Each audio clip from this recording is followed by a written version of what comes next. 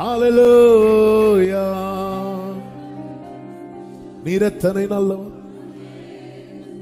நீரத்தனை ஆச்சரியமான, உங்க கிருபை மிக மிக பெரியது, உங்க தயவு மிக மிக பெரியது. எத்தனை அன்பு என்மேல், எத்தனை பாசம் என்மேல், எத்தனை அன்பு என்மேல், எத்தனை பாசம் என்மேல். இதற்கு ஈடா என்ன தருவேன் நான், இதற்கு ஈடா என்ன தருவேன் என் இயேசையா, இதற்கு ஈடா என்ன தருவேன். Glory. நான் சோர்ந்து போன நேரத்திலெல்லாம் மார்போடு அணைத்து கொண்டீரே. நான் சோர்ந்து போன நேரத்திலெல்லாம்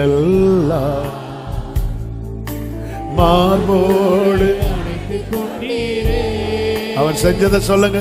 என் கண்ணீரை கணக்கில் வைத்தீரே,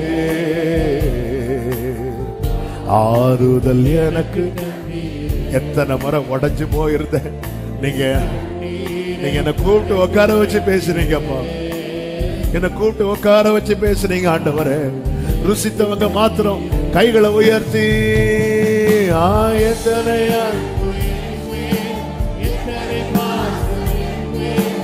எத்தனை அன்பு என்மேல், இதற்கு ஈடா என்ன தருவேன் நான், இதற்கு ஈடா ஏசையா.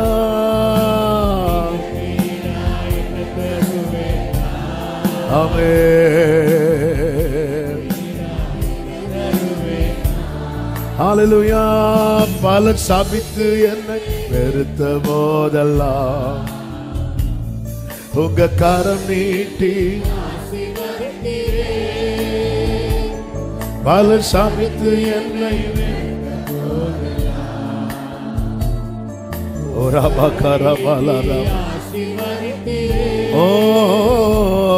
உங்க உள்ளங்கையில். ஆமென். இதற்கு ஈடா என்ன. ஆமா, எனக்கு உங்க கையில ஸ்தானத்தை கொடுத்தீங்க. இதற்கு ஈடா என்ன தருவேப்பா. அப்படியே கைகளை உயர்த்தி சொல்லுங்க. எத்தனை அன்பு, எத்தனை அன்பு, கிருபை,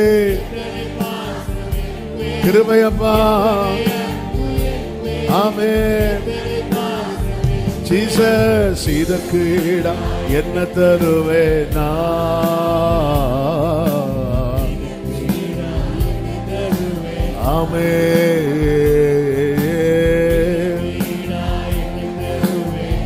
ஓரலபா சந்தரபா கரபா லபா ரதாரா.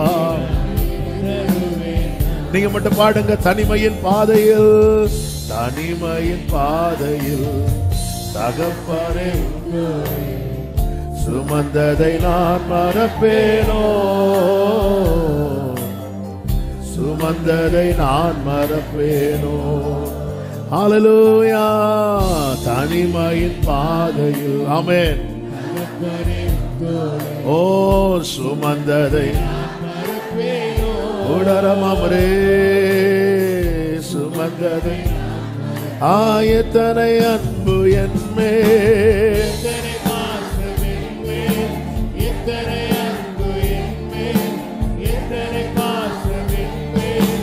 உடலர மகரே தரேலரே.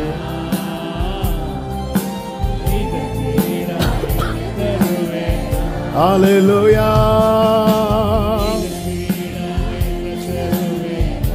ஆமென்.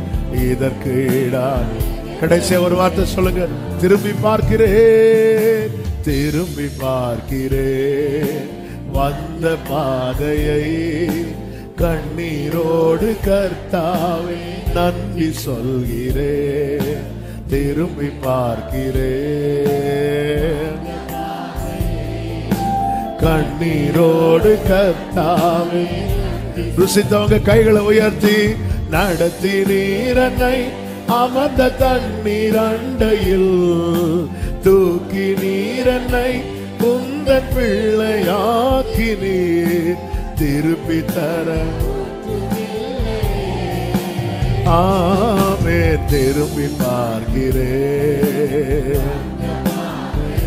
கண்ணீரோ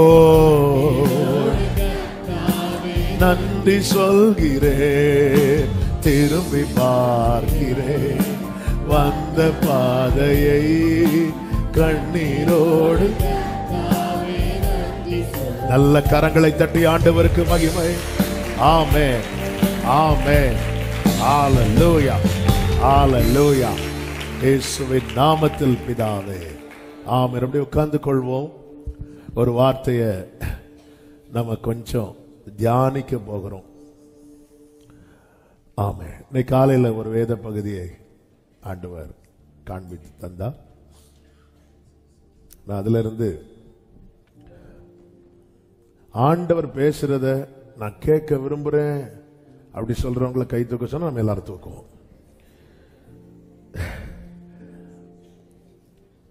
ஆனா இன்னைக்கு உள்ள செய்தியே ஆண்டவர்கிட்ட நான் இப்படி கேட்க விரும்பவே இல்லை. இதான் செய்தி. ஆண்டவர்கிட்ட நான் இப்படி வேண்டாண்டவர், அது வேற யார்ட்டையாவது வேண்டாம் பேசிக்கோங்க, என்கிட்ட இப்படி பேசவே கூடாது. நீங்க என்கிட்ட பேசாம இருக்கவும் கூடாது, என்கிட்ட இப்படி பேசவும் கூடாது. இது ஒரு உரிமையோடு கூடிய கதறல், கெஞ்சல்.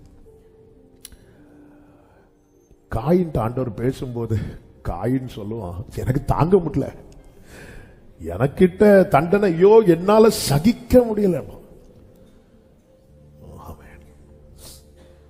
ஆண்டவர்கிட்ட நாம லைஃப்ல கேட்க கூடாத 3 வார்த்தைகள். இப்படி மட்டும் ஆண்டவர் நம்மளை பார்த்து சொல்லிடக்கூடாது. சொல்லிட்டா நம்ம ஒரு லாங்குவேஜில் சொல்லணும்னா சோலி முடிஞ்சுது, இதோட கதை முடிஞ்சிச்சு. அவர் அமைதியா இருந்தா கூட பிரச்சனை இல்லை. ஆனா இப்படி மட்டும் ஆண்டவர் என்ன செய்யக்கூடாது அப்படின்னா பேசிடக்கூடாது. அதுல முதல் வார்த்தை என்ன அப்படின்னா, மார்க்கு சுவிசேஷம் 11வது அதிகாரம் 13-14 வசனங்களிலே, அப்பொழுது இலைகள் உள்ள ஒரு அத்திமரத்தை தூரத்திலே கண்டு அதில் ஏதாகிலும் அகப்படுமோ என்று பார்க்க வந்தார். அத்திப்பழ காலமாய் இராதபடியால் அவர் அதனிடத்தில் வந்தபோது அதில் இலைகளை அல்லாமல் வேறொன்றையும் காணவில்லை. அப்பொழுது இயேசு அதை பார்த்து இது முதல் ஒரு காலம் ஒருவனும் உன்னிடத்தில் கனியை புசியாதிருக்க கடவன் என்றார். இது முதல். அதன் அர்த்தம் என்னன்னா, இதுவரை நீ யூஸ் ஆயிட்ட, இனி நீ யாருக்குமே யூஸ் ஆக மாட்ட. இதான் அதனுடைய அர்த்தம். இதுவரை நீ யார் யாருக்கெல்லாமோ யூஸ் ஆன, பயன்படுத்தப்பட்டாய். இது முதல். என்ன வேர்டு? சாந்தமும் மனத்தாழ்மையுமா இருக்கிறவர் சொல்ற வார்த்தை. இது முதல். இது முதல் நான் இனி உன்கிட்ட கனி பூசிக்க வரமாட்டேன்னா ஓகே, ஒரு ஒரு ஒரு அன்பு சண்டைன்னு சொல்லலாம். இது முதல் ஒரு காலம் ஒருவனும் உன்னிடத்தில் கனியை, யாரும் உன்னை தேடி வர மாட்டாங்கப்பா. ஆமே. சிலர் பார்க்கிறாங்க, யூத் வெஸ்ட் முடிச்சு அப்படியே போயிருந்திருக்கலாம், சரி சாட்டர்டே வர்ஷிப் கொஞ்ச நேரம் இருந்துட்டு போவாண்டா. ஆமே. பிரியமானவர்களே, 12வது வசனத்துல நீங்க பாத்தீங்கன்னா, அவருக்கு பசி உண்டாயிற்று. பசி உண்டாகும் போதெல்லாம் இயேசு செய்த செயல்கள் நமக்கு நல்லா தெரியும். ஒன்று, இருக்கிறத பிளஸ் பண்ணி சாப்பிடுறார். இன்னொன்று, சீஷர்களை அனுப்பிவிட்டு வாங்கிட்டு வர சொல்றார். ஆனா இந்த இடத்துல அவருக்கு பசி உண்டான போது அவர் இந்த மரத்துக்கிட்ட அவருடைய பசியை போக்குவதற்கான கனியை எதிர்பார்க்கிறார். நம்ம கேட்டா சொல்லுவோம் இது சீசன் இல்ல. நல்ல கவனிங்க, சீசனை செட் பண்றது கர்த்தர். ஆமென். தேவன் காலங்களையும் சமயங்களையும் மாற்றுகிறவர். நான் இந்த வேர்டை ரிப்பீட் பண்றேன். நம்ம லைஃப்ல சீசனை செட் பண்றது நம்மை அழைத்த கர்த்தர். ஹalleluya, ஹalleluya. சீசனை செட் பண்றது கர்த்தர். ஈசா என்னும் அடிமரத்திலிருந்து, அப்படிதான் இருக்கு. எந்த வசனம்? ஏசாயா 11:1 வாசிங்க. ஈசா என்னும் அடிமரத்திலிருந்துன்னா அந்த கூடாரம் விழுந்துட்டு ஒரு துளிர் தோன்றி, அவ்வளவுதான். அந்த கூடாரம் விழுந்துட்டு இனி அந்த வம்சத்துல அந்த கூடாரத்துல யாரும் இருக்கிறது மாதிரி தெரியல. தாவீது காலத்துல இந்த வார்த்தை சொல்லப்பட்டிருந்தா ஒரு ஒரு அர்த்தம் இருக்கும். இது மொத்தத்துல தாவீது கூடாரம் விழுந்துட்டு அந்த மரம் வெட்டி போடப்பட்டாச்சு. அப்ப இதுக்குள்ள இருந்து ஒரு துளிர் தோன்றுமா? அதன் அர்த்தம் என்ன? சான்ஸ். இனி இதுக்கு சீசன் போச்சு. டேவிட் ஃபேமிலிக்கு, தாவீதின் குடும்பத்துக்கு சீசன் போயிட்டு. சீசனை செட் பண்றது மனுஷன் கிடையாது. எனவேதான் ஏசாயா 53:1 சொல்லப்பட்டிருக்கிறது, எங்கள் மூலமாய் கேள்விப்பட்டதை விசுவாசித்தவன் யார்? கர்த்தருடைய புயம் யாருக்கு வெளிப்பட்டது? நம்பவே முடியாதது. 2வது வசனத்தில் சொல்லப்பட்டிருக்கிறது, இளங்கிளையை போலவும் வறண்ட நிலத்திலிருந்து துளிர்க்கிற வேரை போலவும் அவனுக்கு முன்பாக எழும்புகிறார். சத்ரு ஒருவேளை நினைச்சிருப்பான், அவ்வளவுதான், இந்த குடும்பத்தை வெட்டி போட்டாச்சு, இந்த கூடாரத்தை இடித்து போட்டாச்சு, இனி வாய்ப்பே இல்லை நினைக்கிற இடத்துல கர்த்தர் ஆமென் துளிரை போல வறண்ட நிலத்திலிருந்து துளிர்கிற வேரை போல. ஆமென். பக்கத்துல பார்த்து சொல்லுங்க, சீசனை செட் பண்றது கர்த்தர். ஹalleluya, ஆமென். நம்ம என்ன பார்க்கிறோம்னா, நம்ம உலக கிளைமேட்டை பார்க்கிறோம். இந்த காலம் இப்படிதான் இருக்கும், இந்த காலம் சீசன் கிடையாது. அதான் பிசினஸ் பண்றவங்கள்ட்ட வந்து இப்போ சீசன் இல்லை அப்படிலாம் சொல்லாதீங்க அப்படின்னு அப்படி சொல்லவே கூடாது. நமக்கு சீசனை செட் பண்ணி தரது யார் அப்படின்னா கர்த்தர். இந்த இடத்துல ஏன் ஆண்டவர் இவ்வளவு கடினமா பேசுறாருன்னா, எல்லா மரங்கள் இருந்தும் அவர் ஒண்ணு கிட்ட ரொம்ப எக்ஸ்பெக்ட் பண்றார், எதிர்பார்க்கிறார். யாருக்கிட்ட நம்ம ரொம்ப எதிர்பார்ப்போம் தெரியுமா? யாருக்காக நம்ம நிறைய டைம் ஸ்பெண்ட் பண்றோமோ, யாருக்காக நம்ம நிறைய கிரயம் செலுத்துகிறோமோ, யாருடைய வளர்ச்சிக்கு உயர்வுக்கு நம்ம ரொம்ப சப்போர்ட்டிவா இருக்கிறோமோ, அவங்க கிட்ட அறிந்தோ அறியாமலோ நம்முடைய எதிர்பார்ப்பு அதிகமாகும். சில பெற்றோரை கைவிடுகிற, எதிராக எழும்புகிற பிள்ளைகளை பார்த்து தாய்மார் வழியில சொல்றது, இங்க பாரு உன்னை நான் நொந்து பெற்றேன் அப்படிம்பாங்க. உன்னை எவ்வளவு கஷ்டப்பட்டேன் தெரியுமா? அந்த வலி, உடனே அந்த வலி தான் ஞாபகம் வரும். அது எதிர்பார்ப்பு. நான் இப்படி எதிர்பார்ப்பு வைத்தேனே. ஆமென். இங்க ஆண்டவர் வராரு. இந்த இடத்துல என்ன ஒரு விஷயம், ஆண்டவரால அந்த மரத்துல இருந்து கனியை உண்டு பண்ண முடியும். ஆனா இங்க கர்த்தர் ஏன் இப்படி எதிர்பார்க்கிறார் அப்படின்னா, கனி வருவதற்கான எல்லாத்தையுமே கர்த்தர் செய்கிறார். நீங்க ஏசாயா 5 நீங்க வீட்டுல போய் படிச்சுக்கோங்க. அவருடைய தோட்டத்துக்கு அவர் செய்யாத வேலையே கிடையாது. அதுல ஒரு வார்த்தையை கர்த்தர் சொல்லுவார். ஏசாயா 5வது அதிகாரம், ஆண்டவருக்கு மகிமை உண்டாவதாக,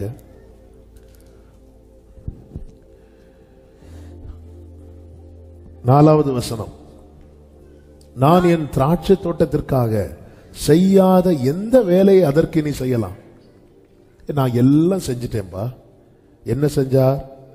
2வது வசனம், அவர் அதை முதல்ல வேலி அடைத்து கற்களை பொறுக்கி அதிலே நற்குல திராட்சை செடிகளை நட்டு அதன் நடுவில் ஒரு கோபுரத்தை கட்டி அதில் ஆலையையும் உண்டு பண்ணி அது நல்ல திராட்சை பழங்களை தரும் என்று காத்திருந்தது, அதுவோ கசப்பான பழங்களை தந்தது.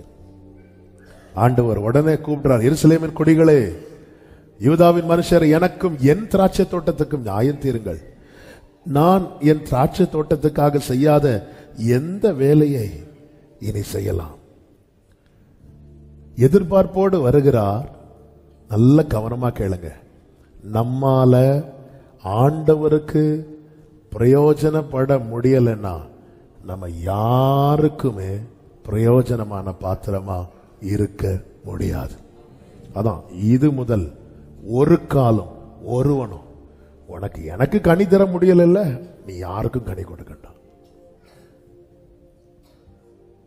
அதனாலதான் ஒரு தேவ பிள்ளை நான் எந்த அளவுக்கு ஆண்டவருடைய காரியத்துல ஆண்டவருக்கு நான் பிரயோஜனமான பாத்திரமா இருக்கிறேன். தேவனுடைய புதிய பாட்டு நம்ம ரிப்பீட்டடா பாடிட்டே இருக்கிறோம். வழியிலே கிடந்த மண்ணென்னை உம்மகத்தான திட்டம் வைத்தீ பாடுங்க. உடமிடப்பட்ட மண்ணின் மேல் பெரிதான திட்டம் வைத்தீ. நம்ம பிள்ளைய வளர்க்கிறோம், பிள்ளை வளர்ந்து சேலரி வாங்கி நமக்கு தராம பக்கத்து வீட்டில் இருக்கிறவங்களுக்கு அரிசியெல்லாம் வாங்கி கொடுக்குறான்னு வைங்களேன். இது அநேக பெற்றோருடைய கண்ணீர். அவருக்கு பயன்படாம ஆண்டவர் சொல்றார், இனி இது முதல் என்ன வேடுங்க அது, அந்த கிருபை பொருந்தின ஒரு வாயிலிருந்து இப்படி ஒரு வார்த்தை விழுந்துடக்கூடாது நம்ம லைஃப்ல. விழுந்துட்டா விழுந்ததுதான், அடுத்த நாள் வந்து பாக்குறாங்க அது வேரோட பட்டது. அதான் மேல பட்டுன கூட வெட்டி எடுத்துலாம், வேரோடு. ஹல்லேலூயா. இது முதல். ஆண்டவரே, இந்த ஒரு வார்த்தையை பார்த்து நீங்க ஆண்டவர் சொல்லிட்டாருன்னா நம்ம என்ன முயற்சி பண்ணாலும் யாருக்குமே பிரயோஜனம் இல்லாத நிலையில் இன்னைக்கு ஆவியானவர் வந்து இந்த வார்த்தையை காலையில் மெடிடேட் பண்ண வச்சார்.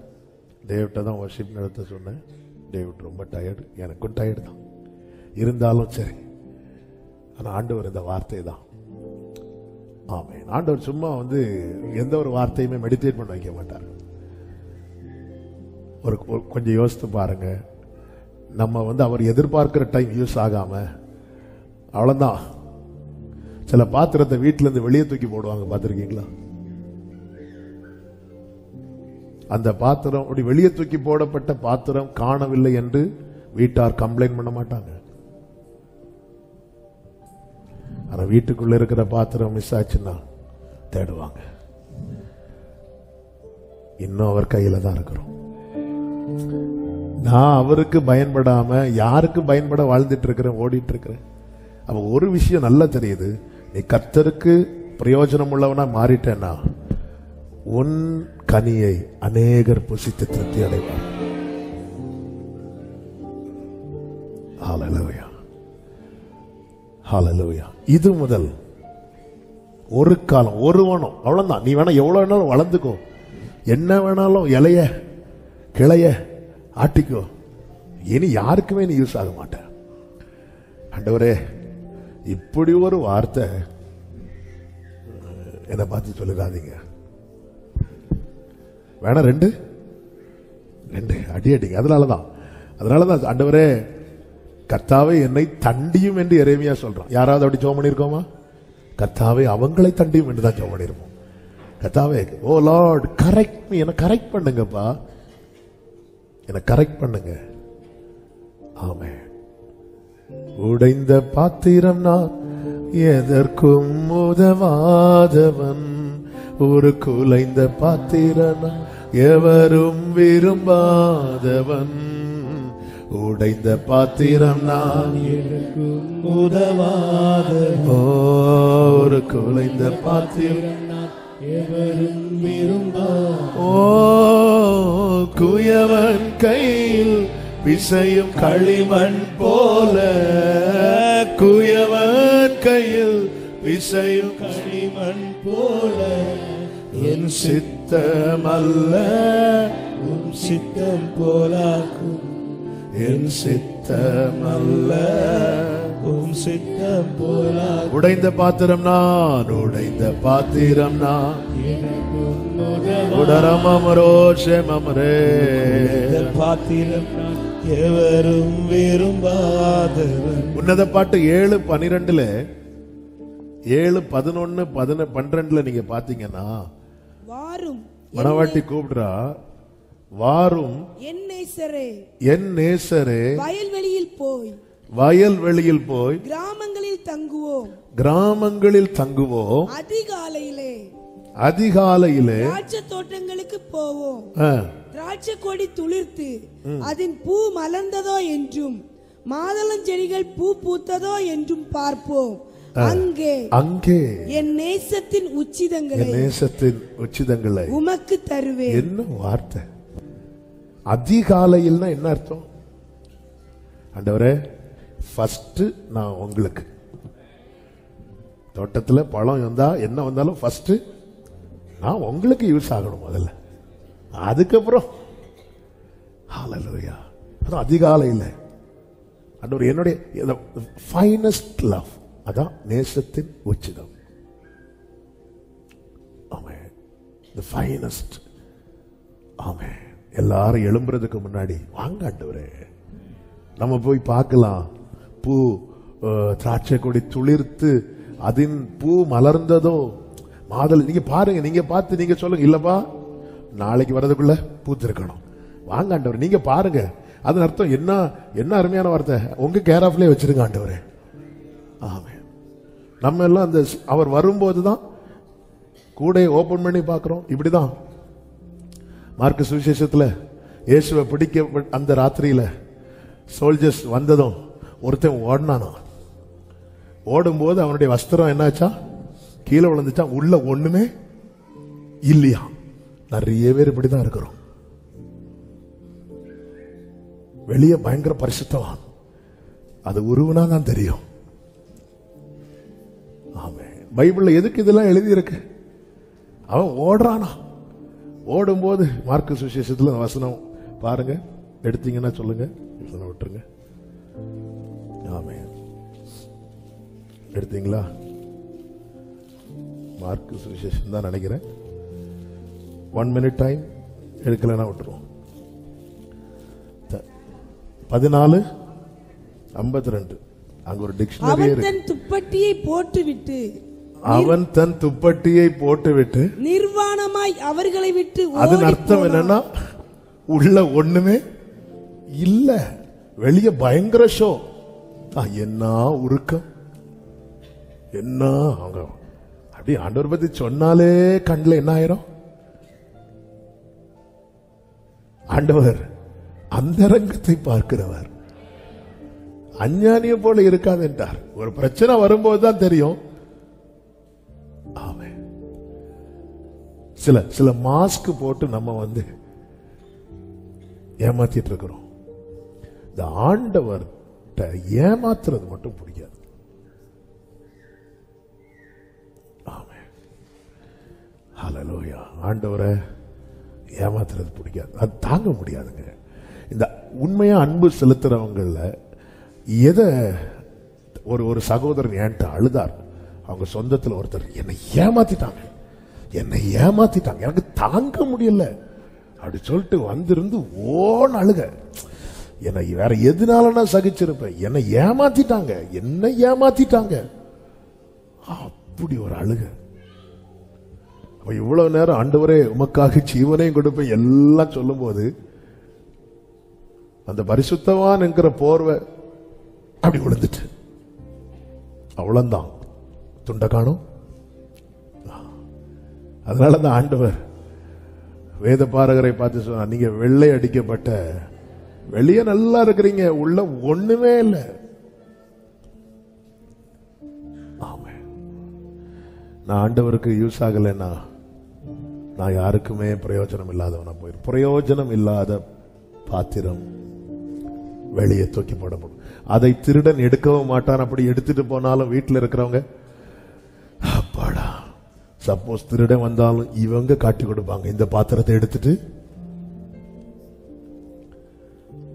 ஆண்டவர்கிட்ட நான் கேட்க விரும்பாத ஒரு வார்த்தை, இது முதல் ஒரு காலம் ஒருவரும் உன்கிட்ட இருந்து கனியை புசிக்க மாட்டாங்க. அது அர்த்தம் இனி யாரும் உன்கிட்ட வரமாட்டாங்க.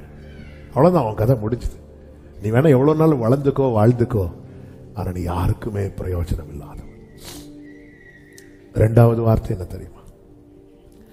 மத்தேயு 7வது அதிகாரம் 22, 23 வசனங்கள். அந்நாளில் அநேகர் என்னை நோக்கி, கர்த்தாவே கர்த்தாவே, உமது நாமத்தினாலே தீர்க்க தரிசனம் உரைத்தோம் அல்லவா, உமது நாமத்தினாலே பிசாசுகளை துரத்தினோம் அல்லவா, உமது நாமத்தினாலே அநேக அற்புதங்களை செய்தோம் அல்லவா என்பார்கள். அப்பொழுது நான் ஒரு காலும் உங்களை அறியவில்லை, அக்கிரம செய்கைக்காரரே. அன்பான மகனே என்றல்ல, அக்கிரம செய்கைக்காரரே, என்னை விட்டு தள்ளி போ. இந்த வார்த்தையை நான் கேட்டுற மாட்டேன். உலகம் என்ன தள்ளட்டும், ஆகாதவன் என்று தள்ளிடாமல் ஆண்டவரே என்னை நினைவு கூர்ந்து. இது உலகம் தள்ளும் போது நமக்கு அது கவலை கிடையாது. ஏன்னா அவர் நம்மை உலகம் தள்ளும் போது அவர் அள்ளுறார். ஆனா அவர் என்கிட்ட பார்த்து, ஆண்டவரே அப்பா இயேசுவின் ஓடி வரும்போது தள்ளிப்போ தள்ளிப்போ தள்ளிப்போ. எப்படிங்க இருக்கும் ஒரு கூட்டத்துல நம்ம ஒருத்தங்களை பார்த்துட்டு நெருங்கும் போது, ஒன்னு யார் இங்க வர சொன்னா தள்ளிப்போ இப்படி சொன்னா, ஆமென் ஹல்லேலூயா. உலகம் தள்ளி குப்பையில தூக்கி போட்டுச்சு, நீங்க தூக்குனீங்க. அதே ஆண்டவர் நம்மளை பார்த்து தள்ளி போயிரு. சில பிள்ளைங்க தகப்பனுக்கு மன வருத்தத்தை கொடுக்கும் போது சொல்லுவாங்க, என் முகத்துல முழிக்காது, தள்ளி போயிரு. இந்த வார்த்தையை கேட்டுறவே கூடாது. அப்போ இங்க எது ரொம்ப முக்கியம் தெரியுமா? செய்கை, ஒர்க். நான் என்ன செய்கிறேன் என்பது ரொம்ப முக்கியம். நான் என்ன செய்கிறேன், நான் என்ன செய்து கொண்டிருக்கிறேன். அதனாலதான் எபேசியர் 5 சொல்லப்பட்டிருக்கிறது, கனியற்ற அந்தகார கிரியைகளுக்கு உட்படாமல்.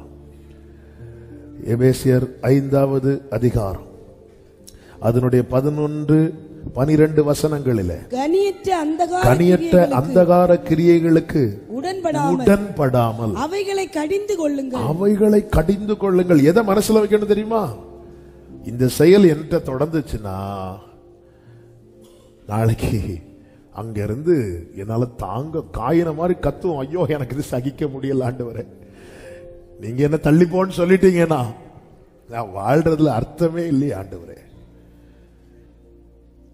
அவர்களால் ஒளிப்பிடத்தில் செய்யப்படும் கிரியைகளை சொல்லுகிறதும் அவலட்சணமா இருக்கிறதே. 13வது வசனம், அவைகளெல்லாம் கடிந்து கொள்ளப்பட்டு வெளிச்சத்தினால் வெளியரங்கமாகும். வெளிச்சத்தினால், அதுதான் கர்த்தருடைய நாளில.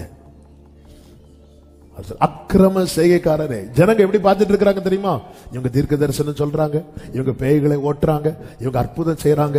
இப்படி பார்க்கும்போது அற்புதம் செய்தவர்களே அப்படி கூப்பிடல, அக்கிரம செய்கைக்காரரே. அப்ப ஒரு காரியம் தெளிவா தெரிகிறது, கிஃப்டை விட ஃப்ரூட் ரொம்ப ரொம்ப முக்கியம். கிஃப்ட் யாருக்குன்னா, நம்ம ஒரு கல்யாண வீட்டுக்கு போறோம், மாப்பிள்ளை நல்லவனான்னு பார்த்தா கிஃப்ட் கொடுப்போம்.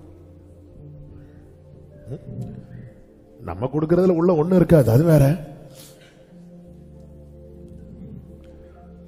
கல்யாணம் இன்வைட் பண்ணா நான் கிஃப்ட் கொடுக்கிறேன், அவ்வளவுதான். அதுல அவங்க சர்டிபிகேட் பார்த்தா கிஃப்ட் கொடுக்கறோம் இல்ல. என்கிட்ட கிஃப்ட் இல்லாததை பரலோகம் ஒரு குறையாவே பார்க்காது. ஆனா ஃப்ரூட் இல்லாததை என்கிட்ட பரலோகம் எதிர்பார்க்கிற ஃப்ரூட் வரணும்னா கிரைஸ்ட் எனக்கு ரூட்டா இருக்கணும். என்னை இல்லாமல் உங்களால் ஒன்றும் செய்ய கூடாது. அக்கிரம செய்ய தள்ளிப்போ தள்ளிப்போ. நான் நம்ம லாங்குவேஜில் சொன்னா அப்படிதான் பைபிள் படிப்பேன். அப்படி இருக்கிறது மாதிரி படிச்சா நமக்கு நிறைய புரியாது. நம்ம ஆண்டவரே சொல்ல தள்ளிப்போ அப்படி சொன்னா, என் மனைவி சொன்னா கூட நான் ஃபீல் பண்ண மாட்டேன். என் பிள்ளைங்க சொன்னாலும் நான் ஃபீல் பண்ண மாட்டேன், என் பெற்றோர் சொன்னாலும் ஃபீல் பண்ண மாட்டேன். ஆனா இவ்வளவு காலம் ஊழியம் பண்ணிட்டு ஆண்டவர் என்ன பார்த்து நீ தள்ளிப்போன்னு சொன்னா அடுத்த செகண்ட் நான் கிடையாது. ஏன்னா அவர்கிட்ட இருந்து அவர் வாயில இருந்து வந்த வார்த்தையால மட்டும் வாழ்ந்து கொண்டிருக்கிறோம். சமயத்துக்கு ஏற்ற வார்த்தையை தந்து நம்ம எத்தனை முறை இந்த வாழ்க்கை தீபம் மங்கினது, தூக்கி தூக்கி தூக்கி தூக்கி சுமந்து கொண்டு வந்து சுமந்ததை நான் மறப்பேனோ. அவர் பார்த்துட்டு தள்ளிப்போ அப்படி சொல்லிட்டாருன்னா தாங்கவே முடியாது. ஹல்லேலூயா. மூணாவது ஒரு வார்த்தை மத்தேயு சுவிசேஷம் 25வது அதிகாரம் 26வது வசனம். அவனுடைய எஜமான் பிரதித்திரமாக பொல்லாதவனும் சோம்பலுமான ஊழியக்காரனே, நான் விதைக்காத இடத்தில் அறுக்கிறவன் என்றும் தெளிக்காத இடத்தில் சேர்க்கிறவன் என்றும் அறிந்திருந்தாயே. சொல்லிட்டு 28வது வசனத்துல அவனிடத்துல கொடுத்ததெல்லாம் புடுங்க. அவங்கிட்ட நம்ம கண்ணுக்கு முன்னாடியே நமக்கு தந்தத அவர் எடுத்து நம்ம கண்ணுக்கு முன்னாடியே இன்னொருத்தங்களுக்கு கொடுக்கிறது. இதெல்லாம் தாங்க முடியாதது. நம்ம பயணித்துக் கொண்டிருக்கிறோம். நமக்கு தந்தார், நிறைய கிருபைகளை கொடுத்தார். ஹல்லேலூயா. யாருக்கும் இல்லாத கிருபைய நமக்கு தந்துட்டு திரும்பி வரும்போது அத்தனை பேர், ஏன்னா நமக்கு அவர் தந்ததை வச்சுதானங்க இன்னைக்கு உலகம் நம்மளை பாக்குது. ஒரு காலத்துல ஏறிட்டு பார்க்காதவங்க எல்லாம் இன்னைக்கு தேடி வந்து நம்ம போன் நம்பர் வாங்குறாங்கன்னா அவர் நமக்குள்ளே தந்த கிருபைகளை வச்சுதானே. நம்ம உறவுகளே நம்மளை தேடி வராம இருக்கும் போது இன்னைக்கு வீட்டுல பங்கன்னா முதல் கார்டு நமக்கு தான் வருது. அவர் நமக்கு தந்த கிருபைகள், அந்த கிருபையை பாக்குறாங்க. நம்ம எல்லா உடையவர்களானமோ கிடையாது. ஆனா இன்னைக்கு 4 பேர் மத்தியில மதிப்பா வச்சிருக்கிறார். அத்தனை பேருக்கு முன்னாடி அதை புடிங்கிட்டார்னா. ஓசியா 2ல இருக்கு. Glory be to Jesus. 9வது வசனத்துல, ஆதலால் நான் என் தானியத்தை அதன் காலத்திலும் என் திராட்சரசத்தை அதன் காலத்திலும் திரும்ப எடுத்துக்கொண்டு அவளுடைய நிர்வாணத்தை மூடுகிறதற்கு நான் கொடுத்திருந்த ஆற்றுமை, நான் கொடுத்த எல்லாத்தையும் பிடுங்கிக் கொள்வேன் அப்படிங்கிறான். அப்படி பிடுங்கிட்டார்னா 7வது வசனம், அவள் தன் நேசர்கள். இந்த நேசர்கள் எப்ப வந்தாங்க தெரியுமா? எல்லாம் இருந்த போது வந்தாங்க. அவள் தன் நேசர்களை பின்தொடர்ந்தும் அவர்களை சேருவதில்லை, அவர்களை தேடியும் கண்டுபிடிப்பது. ஏன்னா அவங்களுக்கு தெரிஞ்சிட்டு இனி இது கிட்ட ஒன்னும் இல்லைன்னு தெரிஞ்சா உறவு நமக்கு ஊறுகாய்க்கு மதிப்பு கூட தராது. ஒன்னும் இல்லைன்னு தெரிஞ்சா. நேற்று வரை எல்லாரும் சுத்தி இருந்தாங்க. அந்த நேபுகாத் நேச்சாருக்கு எல்லாம் பிடுங்கப்பட்ட போது அவன் தனியா உட்கார்ந்து இருக்கிறான். ஆண்டவர் சமூகத்தை நோக்கி பார்த்து தானியேலின் புஸ்தகம் 4வது அதிகாரத்துல அவன் சொல்லுகிறான், 36வது வசனம், அவ்வேளையில் என் புத்தி எனக்கு திரும்ப வந்தது, என் ராஜ்யத்தின் மேன்மைக்காக என் மகிமையும் என் முகக்களையும் எனக்கு திரும்ப வந்தது. அடுத்த வார்த்தை, என் மந்திரிமாரும் என் பிரபுக்களும் என்னை தேடி வந்தார்கள். இவ்வளவுதான். அவன்கிட்ட உருவிட்டாரு, புடுங்கிட்டாரு, ஒருத்தரும் வரல. ஆனா திருப்பி கொடுத்ததும் இதுதான் உலக உறவுகள்.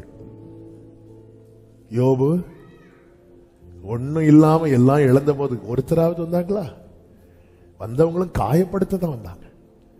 ஆனா எல்லாம் 2 தனியா திரும்ப கிடைத்த போது சொந்தக்காரங்கெல்லாம் மோதிரம் செஞ்சுட்டு வராங்களாம். அதான் நான் வேடிக்கையா சொல்லுவேன், கஷ்டப்படும் போது ஒரு மோதகம் கூட வாங்கிட்டு கொடுக்கல. ஆனா இப்ப மோதிரத்தோட வராங்க. உங்களுக்கு எல்லாம் இருக்குன்னா உறவுகள் தேடி வந்துட்டே இருப்பாங்க. உறவுகள் தொந்தரவு கொசு தொல்லை விட பெரிய தொல்லையா இருக்கும். எல்லாத்துக்கும் நாம தான் வேணும்.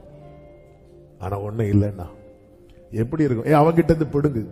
அதுவும் தனியா செஞ்சா கூட 4 சுவருக்குள்ள அவர் என்ன பண்ணாலும் நமக்கும் அவரோட முடிச்சிடும். அத்தனை பேர் கேட்க அவன் கையில இருந்து, ஆண்டவரே ஹல்லேலூயா, தேவ பிள்ளைகளே, வேகமா போயிட்டு இருக்கிறோம். ஆமே. அவர் என்ன சொல்லணும் தெரியுமா? நீ கொஞ்சத்துல உண்மையா இருந்த என் சந்தோஷத்துக்குள்ள நீ வா. ஆண்டவரே, இத மட்டும் நான் கேட்டுறேன். இதான் ஃபைனல் வேர்ட். இத விட்டா முடிஞ்சு. எங்க ரிசல்ட் வரும்போது நம்பர் பாக்குறாங்க. நம்பர் இல்லைன்னா என்ன அர்த்தம்? ஃபெயில். அவ்வளவுதான். அதுக்கப்புறம் அங்க என்ன பண்ணலாம், அந்த நம்பர் அதுல இல்லைன்னா அவுட். இந்த வேர்டு மட்டும் அவர் வாயிலிருந்து வரலன்னா முடிச்சது, கதை முடிச்சது. அதனாலதான் ஆண்டவர் சொன்னார், என்னை அல்லாமல் உங்களால் ஒன்றும் செய்யக்கூடாது. ஆண்டவரே, குயவனே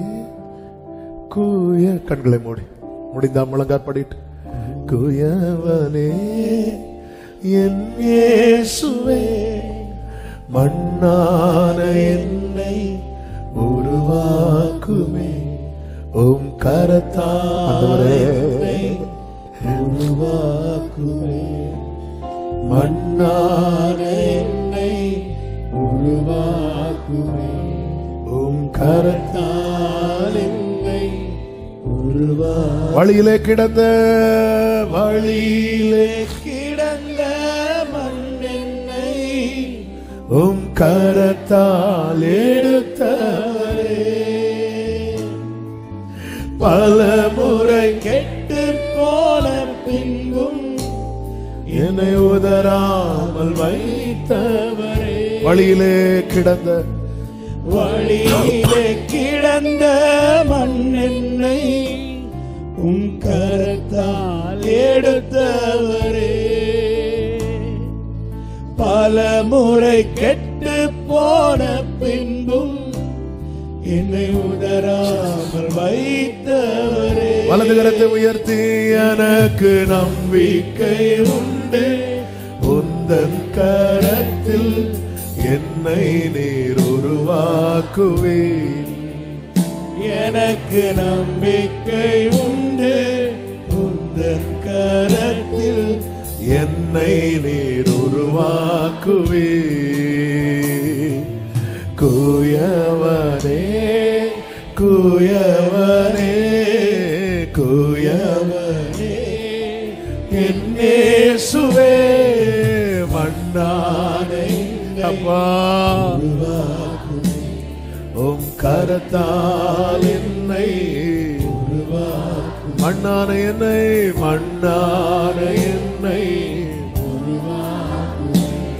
உம் கரத்தால் என்னை. சொல்லுங்க, மிதியிடப்பட்ட மண்ணின் மேல், மிதியிடப்பட்ட மண்ணின் மேல் உம் மகத்தான சித்தம் வைத்தீர். புடமிடப்பட்ட மண்ணின் மேல் உம் பெரிதான திட்டம் வைத்தீர். ஓ, மிதியிடப்பட்ட மண்ணின் மேல் உம் மகத்தான சித்தம் வைத்தீர். ஆமென். புடமிடப்பட்ட மண்ணின் மேல் உம் பெரிதான சித்தம் வைத்தீர். எனக்கு நம்பிக்கை உண்டு, எனக்கு நம்பிக்கை உண்டு உந்தன் கரத்தில் என்னை நீர் உருவாக்குவீர். எனக்கு நம்பிக்கை உண்டு உந்தன் கரத்தில் என்னை நீர் உருவாக்குவீர். குயவனே குயவனே குயவனே என் இயேசுவே, மண்ணாலை அப்பா உம் கரத்தால் என்னை ஆமென். மண்ணாலை என்னை உருவாக்குவே உம் கரத்தால். ஒரு விசை உங்க வலது கரத்தை உயர்த்தி இடது கரத்தை இருதயத்தில் வச்சு மனதில் இருந்து ஒரே ஒரு வார்த்தை, அப்பா உங்க சந்தோஷத்துக்குள்ள என்ன கூட்டிட்டு போயிருங்கப்பா, என்ன கூட்டிட்டு போயிருங்கப்பா, தள்ளி போன்னு சொல்லிடாதீங்க. உங்க சந்தோஷத்துக்குள்ள என்ன கூட்டிட்டு போயிருங்க. என் மேல அக்கறை உள்ள உங்களை போல யாரும் கிடையாது. நான் தள்ளப்பட்டேன்னா அந்த உலகம் மகிழும். நான் இனி பிரயோஜனமற்றவன்னா இந்த உலகம் சிரிக்கும். விட்டுறாதீங்கப்பா. என்ன குறை இருந்தாலும் மன்னித்து கிளை நறுக்குங்கப்பா, களை பிடுங்க படட்டும்பா, சுத்திகரியுமாப்பா. உங்க சந்தோஷத்துக்குள்ள நான் வரணும்பா, நான் வரணும்பா, நான் வரணும்பா. இழுத்து கொண்டு செல்லும், இழுத்து கொண்டு செல்லும். என்னை கைவிட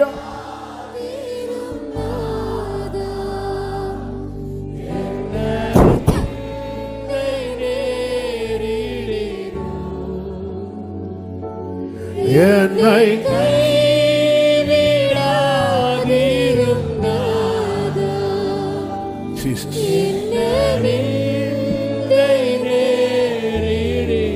சொல்லுங்க, உமக்காக உமக்காக யாவும் சரி,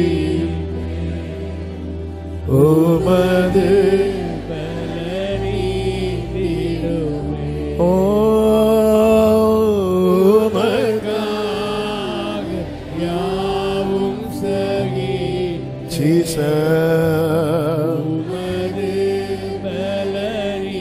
தாழ்த்தி அர்ப்பணிக்கிறோம். ஆட்கொண்டு நடத்தும் எல்லா மகிமை கனம் துதி ஸ்தோத்திரம் ஒருவருக்கே ஏறெடுக்கிறோம். இரட்சகர் இயேசு கிறிஸ்துவின் நாமத்தில் பிதாவே, ஆமேன். சேர்ந்து சத்தமாய் சொல்லுவோம். என் ஆத்துமாவே கர்த்தரை ஸ்தோத்திரி, முழு உள்ளமே அவருடைய பரிசுத்த நாமத்தை ஸ்தோத்திரி. என் ஆத்துமாவே கர்த்தரை ஸ்தோத்திரி, கர்த்தர் செய்த சகல உபகாரங்களை மறவாதே. ஆமென். ஹல்லேலூயா. God bless you. கர்த்தர் உங்களை ஆசீர்வதிப்பாராக. ஆமென்.